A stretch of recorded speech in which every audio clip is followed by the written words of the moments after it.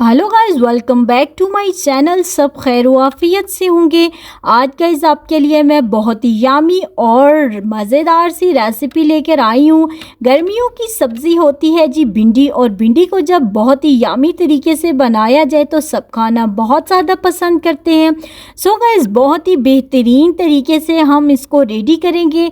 Hardly ये 10 to 15 minutes लेगी, but इतनी कोई यामी सी ये रेसिपी रेडी होती है कि जिसको भिंडी की सब्ज़ी नहीं भी पसंद वो भी बहुत ही खुश होकर ये रेसिपी खाएगा। सो आपसे एक रिक्वेस्ट है कि आपने वीडियो को जो है वो बिल्कुल लास्ट तक देखना है for fully tips and tricks के लिए। सो गाइस बिना देर किए जो है वो हम अपनी रेसिपी की तरफ चलते हैं। सबसे पहले तो आप ऐसा किया करें कि भिंडी को बहुत ही अच्छे तरीके से वॉश करके उसको ड्राई कर लिया करें। जितनी खुश्क भिंडी होगी इतनी ही बेहतरीन बनेगी। आप जी सब्ज़ी को इस तरह कट करेंगे, मिड में से आपने कट लगाना है और इक्वली 4 हिस्सों में तकसीम कर देना है। अगर आपकी भिंडी छोटे साइज़ में है तो उसमें आपने 2 ही कट्स लगाने हैं।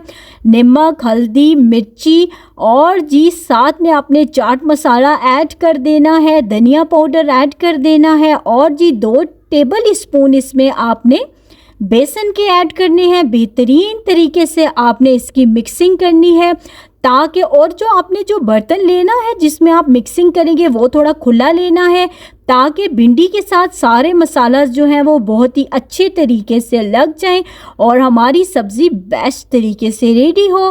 कश्मीरी लाल मिर्च मैं बोल चुकी थी, वो आपने मस्ट ऐड करनी है। अभी ऐड करते हैं और बेहतरीन तरीके से इसको मिक्स कर लेते हैं।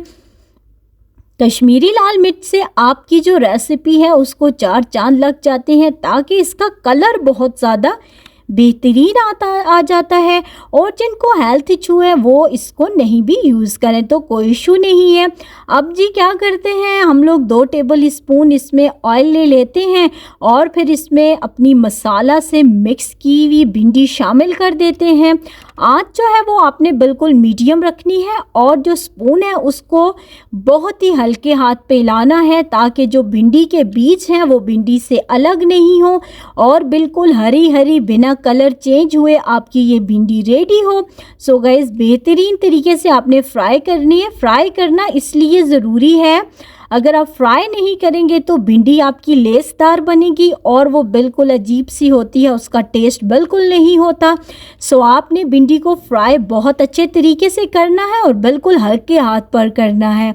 अब जी भिंडी आपकी बिल्कुल फ्राई हो चुकी है, बिल्कुल गल चुकी है। अब आपने एक अलग पैन के अंदर 3 टेबल स्पून ऑयल लेकर उसके अंदर लहसुन अदरक का पेस्ट शामिल करना है, साथ में ही साबुत ज़ीरा ऐड कर देंगे और जी सब तरीक़ों को बहुत अच्छे से सब चीज़ों को मिक्स करेंगे।